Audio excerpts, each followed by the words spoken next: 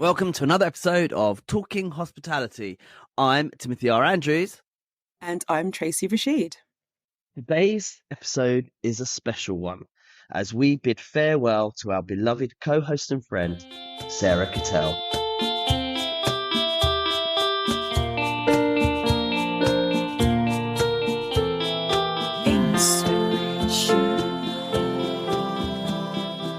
In March 2020, when the world seemed to have shut up shop and the media declared the end of hospitality forever, friends Timothy R. Andrews and Sarah Kettel were hearing the opposite. We were hearing all the good things that hospitality people were doing for each other and their local communities, and yet no one was talking about it. And so an idea was formed, and the podcast Timothy Put the Kettle On was born. Sarah and Timothy shared their thoughts on lockdown and brought on guests who were making a difference. And the rest, as they say, is history. Sarah, you have been an integral part of my, and certainly this podcast journey. But before we get onto that, how does it feel like being on the other side of the mic? Well, this is weird. And also, can I just point out that first bit, lovely as it was, does sound like an obituary and I'm not dead. I had to write that 3 times, right? Because I was like, no, it sounds like as we pass our dearly departed Sarah Kettel. Thankfully, you're not, though. I don't think she is. Otherwise, I'm logging off right now. Seriously. Vicious. Yes, the rumours of my death are greatly exaggerated. I'm glad to hear it, Sarah. So let's start at the beginning. Before talking hospitality and Timothy Put the Kettle On, how did you find your way into the world of hospitality and then eventually this podcast? So I guess my hospitality journey started like it does for a lot of people who grow up in a seaside town in the countryside. That was our main industry. So people came for holidays. And so your holiday job, when you were old enough to get a job, which was 14 for me back in the day, I think you have to be a lot older now to work. I don't think child labour is a thing anymore. Certainly wasn't when I was a teenager. God bless the 90s. And so I started off as a waitress in the local village pub and worked in the kitchen there as well a little bit, and then went on to do all of the hospitality jobs that were available in the town. So all the bars, other restaurants down by the beach, just everything that was to do with serving the general public who were mainly on holiday with us. But I did do a stint in Woolies as well. So I was a Woolworths girl for one Christmas. Yes. Which now I think I still have PTSD from listening to Christmas tunes for a long time till I could put a Christmas album on again. So yeah, but I didn't enjoy the retail side as much. I enjoyed meeting the people and I was working on a till, so that was nice, but it wasn't the same. So I guess that's when it started. And then there was, a long hiatus really out of hospitality when I first moved back to London, when I was, well, again, actually I say long hiatus, I'm absolutely lying. My first job when I moved back to London was as a waitress at Deep Pan Pizza in Oxford Street. Really enjoyed that. And then went into, various office jobs and things. Found my way back into kind of the hospitality side really through working in gaming. So I worked in poker for a while, and a lot of your work with players is to do with hosting. And you're going around the world, you're in nice resorts, you're staying in a hotel anyway, and you're their main point of contact for the event. And so events, hospitality, having to keep everybody happy just brought me back into that. And when I got bored of working in the finance of that, which is really where I was in the end, I quit my job and I decided to set up a catering company full time, just like that. Feeding people was something I just did. And I continue to work in the industry to this day, obviously.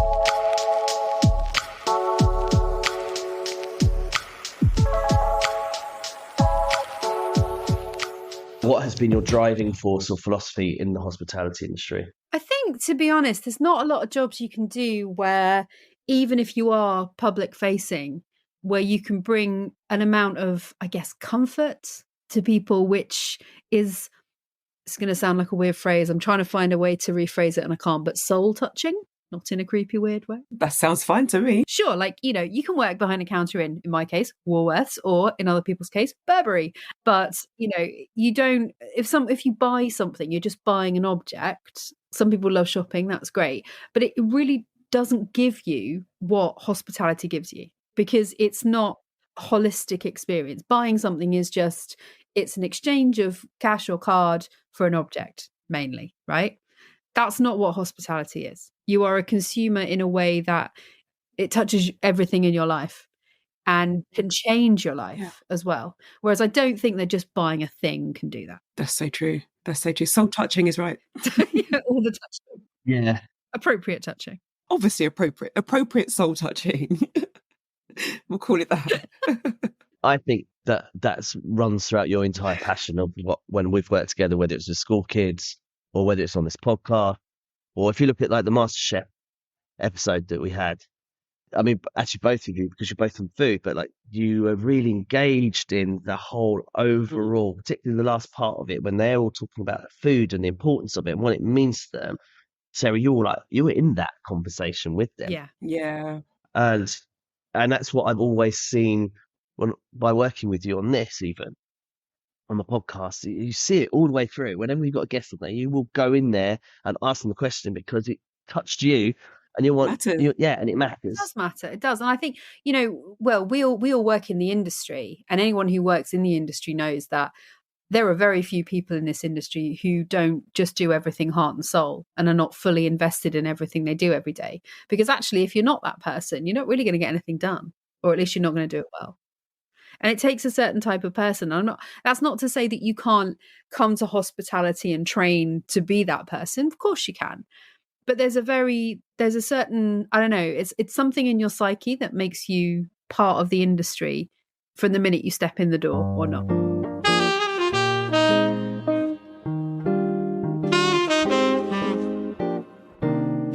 There's a side of being a people pleaser in a way, isn't there? That you want to see that smile, whether it's making someone's bed, making someone's food, pouring someone's drink. It's like that. Yeah, that's what you want to see. That happiness. I think that's what hospitality is, isn't it? Yeah. There's a lot of empathy as well. I think you have to be a bit of an empath to work in the industry as well, because you do have to read people all of the time to know. And we're very good, all of us. I mean, everyone I know who works in the industry is good at knowing what someone needs and catering for needs. And it's not just plate down. It's not just filling a glass. It's more than that.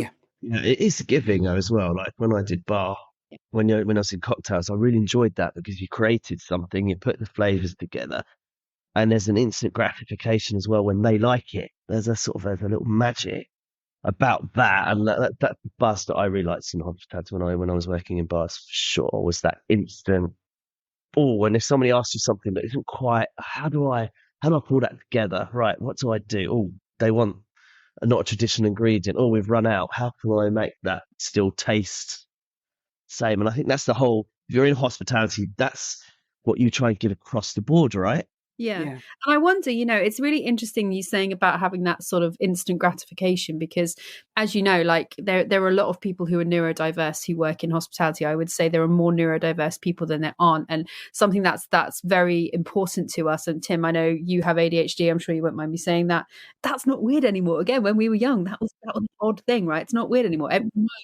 There's more neurodiverse people than not. So neurotypical is, something that I see as being unusual. And so for those of us, myself included, who need constant dopamine hits, you get them. That's exactly what you get every time someone says thank you, every time someone gives you a tip, every time someone says that was lovely, I enjoyed the food, every time you have to run for something. It's a dopamine hit. So it's the perfect job for people who are neurodiverse, because you're constantly changing. You have to be constantly creative, and you constantly get gratification for it very quickly and very frequently.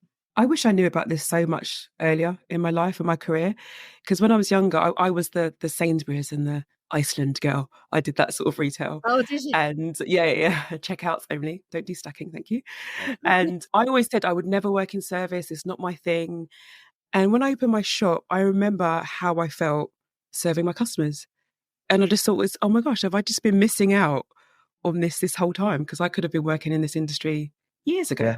Absolutely years ago. I loved it. Absolutely loved it. Yeah, there's something very special about it. And I almost feel kind of like, I'm sorry for you now that you didn't find it earlier, but now I'm even more sorry for you will never experience that. Imagine like never experiencing that. I can't imagine what that would be like.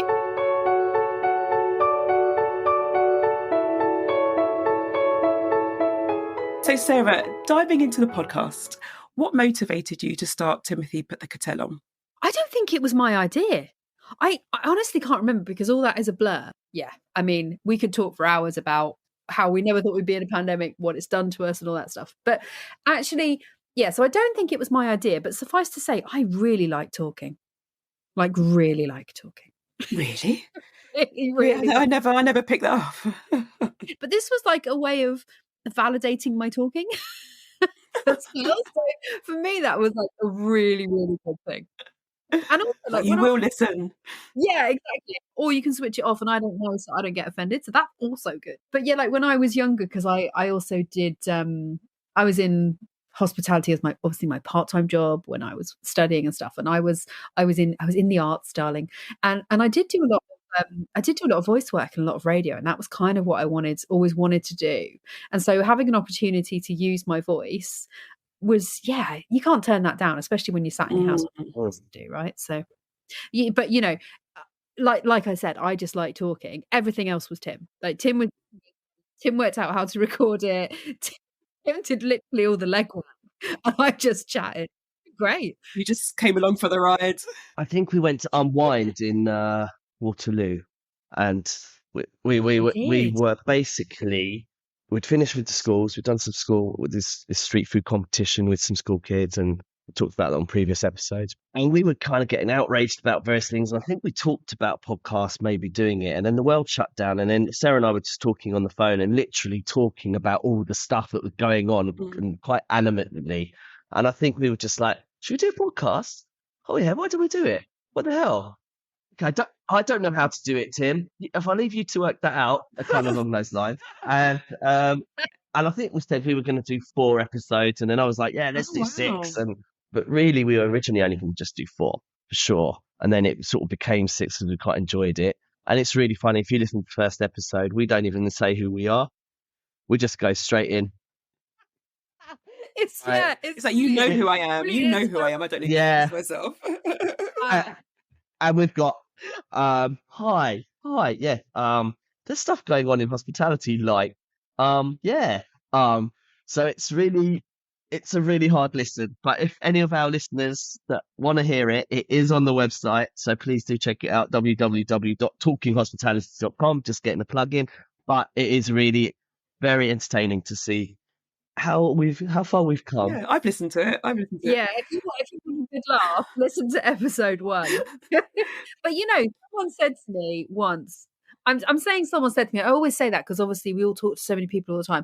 No one said this to me. I know I read this. Yes, I read this in a book. Couldn't tell you the book. But it was about getting, like, starting things, right? And just doing things that are outside of your comfort zone. And the advice was, do bad work. Just do bad work, because it will get better.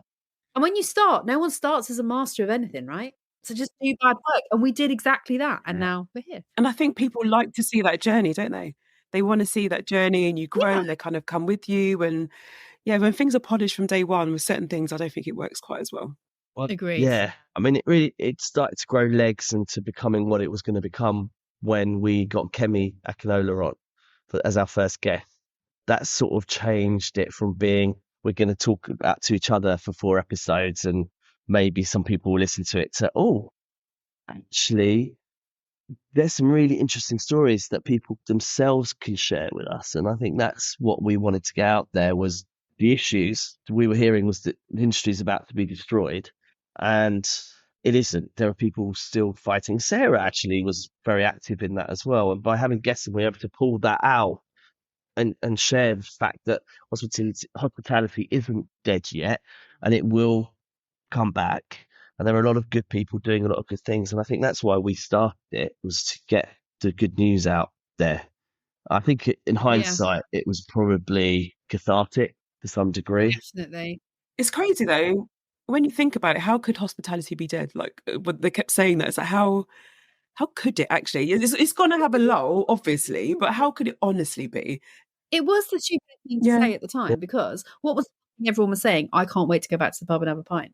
Like, it was a stupid message. It was a poorly placed message. It was unkind. And I guess this was the only way we could fight back against it. And I'm glad we did, because I like to be able to say, told you so. Brilliant. It was a lot of fun.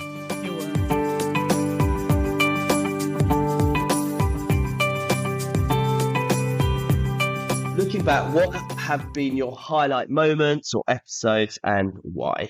That is such a difficult question. It really is. I think because they've all been amazing, and I bored the world to tears, or at least when I say the world, anyone who listened to it, by every episode saying this is my favorite episode. We've got the best guests, but we did have the best guests. Like all of them were incredible. Like there were no absolute clangers at all, and I think one of my favorites was when we interviewed the guys from Don't Look Under the Bed. Yeah. Did we interview them or did they interview us? They interviewed her. That wasn't our You can episode. rephrase that. We were on Under the Bed, yeah, the American version.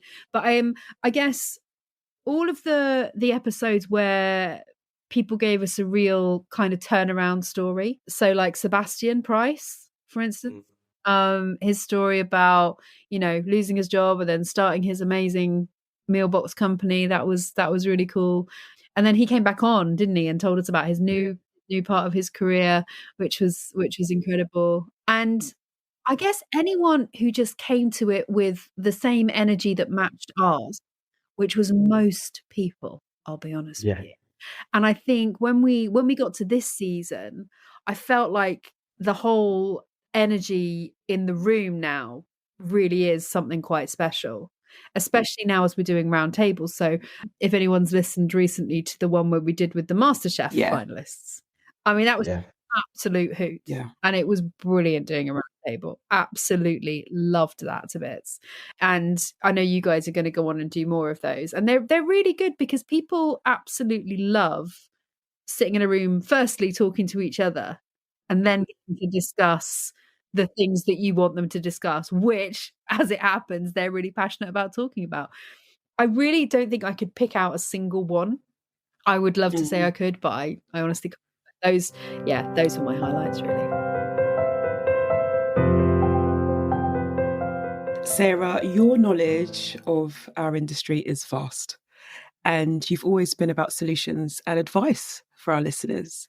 So what key piece of advice would you give to hospitality professionals today? I mean, that is very broad. And yeah, like you said, my knowledge of the industry is vast because, as we've discussed on previous podcasts, actually, Tim, if you want to try anything in the industry, you can. All the doors are open to you. You just have to knock. And I think what I've learned in my many, many years, should I say my age? I'm 43. There we go. I did it. 20, however many experience in the industry, is you always think you haven't got time to start again or to change or to try something new or to learn. And you have. So don't look at time as your enemy. Even if you feel that you're the busiest person in the world, there is time to sit there and make a decision about something new and make a change. So for our listeners and your fans, what are your next steps and what are you up to? So I don't think I have fans because I've never had fan mail, just FYI if anyone's listening. Darling. Currently I'm working in the industry helping restaurants to launch for delivery. So that's where I sit at the moment. And there's a lot going on with that. It had a massive spike obviously during lockdown, and it's kind of settled a bit now and it's becoming a little bit more mature as a part of the industry. But there's still a lot of growth there to do. And I'm a part of that. So I will be doing more work. So my role has changed and I now have a lot more to do. So when I said to my friend the other day, okay, I kind of have a new job, and they said, what is the job? And I said, well, actually, no, wait a minute, it's just more job. Yeah. Kind of the same, it's just more job. Yeah. Right? So there's just more of it to do. And so that's that's why I'm obviously not continuing to host with you guys, is because I have a lot on. And then I think maybe I will spend so much time talking to myself because I don't have you guys to record with, that inadvertently, if you pass me on the tube, there will be a podcast coming out of my mouth. So just the way the industry's going and the way that things are moving, it's certainly very exciting. And I think there's so much more to talk about, especially the area I work in is technological as well. So that's something there's going to be a lot more conversation on the table about that going forward. So you probably will hear, if you won't hear my voice, you might hear from me. I don't use social media, but I do LinkedIn. So I will be on LinkedIn posting various twaddle that I think is interesting. And the door is of course always open, Sarah, for specials and wait if you want to come back. So thanks. it's not goodbye forever. Absolutely. You leave me with him. Shall we? What's that? Yes, it's time for Put the Cuppa Down quick fire question time. I'm hoping you know the rules of the game now, Sarah. I should do. You should do. You should do. I will play to real rules because you're already supposed to say the first thing that comes out of your mouth, and most people pause. I'm not going to do that. I am going to say the first thing that comes out of my mouth. If there is a swear, if there is anything offensive, please edit it out. Of course we will. So for anyone joining who hasn't heard before, the aim of the challenge is to answer the following questions with one-word answers, wherever possible. Sarah, I've never known you to do one word ever. We'll see. This is going to be really fun. Sarah knows the rules, but I don't think you can follow them through. Unfortunately, Sarah, as a host, you don't qualify for the £10 Amazon voucher. What Amazon voucher? Oh, well, there you go. So she didn't know, so it's fine. There's no Amazon voucher. It's fine. Actually, we should have been recording this in a pub as my leaving drinks. And we definitely. No, but do you know what? We will do a leaving drinks, and if any of our dear listeners want to come along, or guests. Yeah, even. if any of our guests want to come along. Yeah, no, we should. I can't believe we didn't think about that, actually. That's a good idea. Are you ready? I'm ready. Let's begin. What's your favourite city? Venice. What is your favourite TV show ever? Stathlet's Flats. What's one of your favourite comfort foods? Macaroni cheese. You people watch? Constantly. What is simply too difficult? Skiing. That changed your life? Bubble pop. What is the strangest thing you have ever eaten? Like a pig's trotter croquette. What is the strangest thing you have ever done?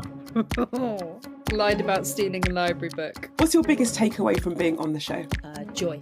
What was the worst moment of being on the show? Forgetting stuff.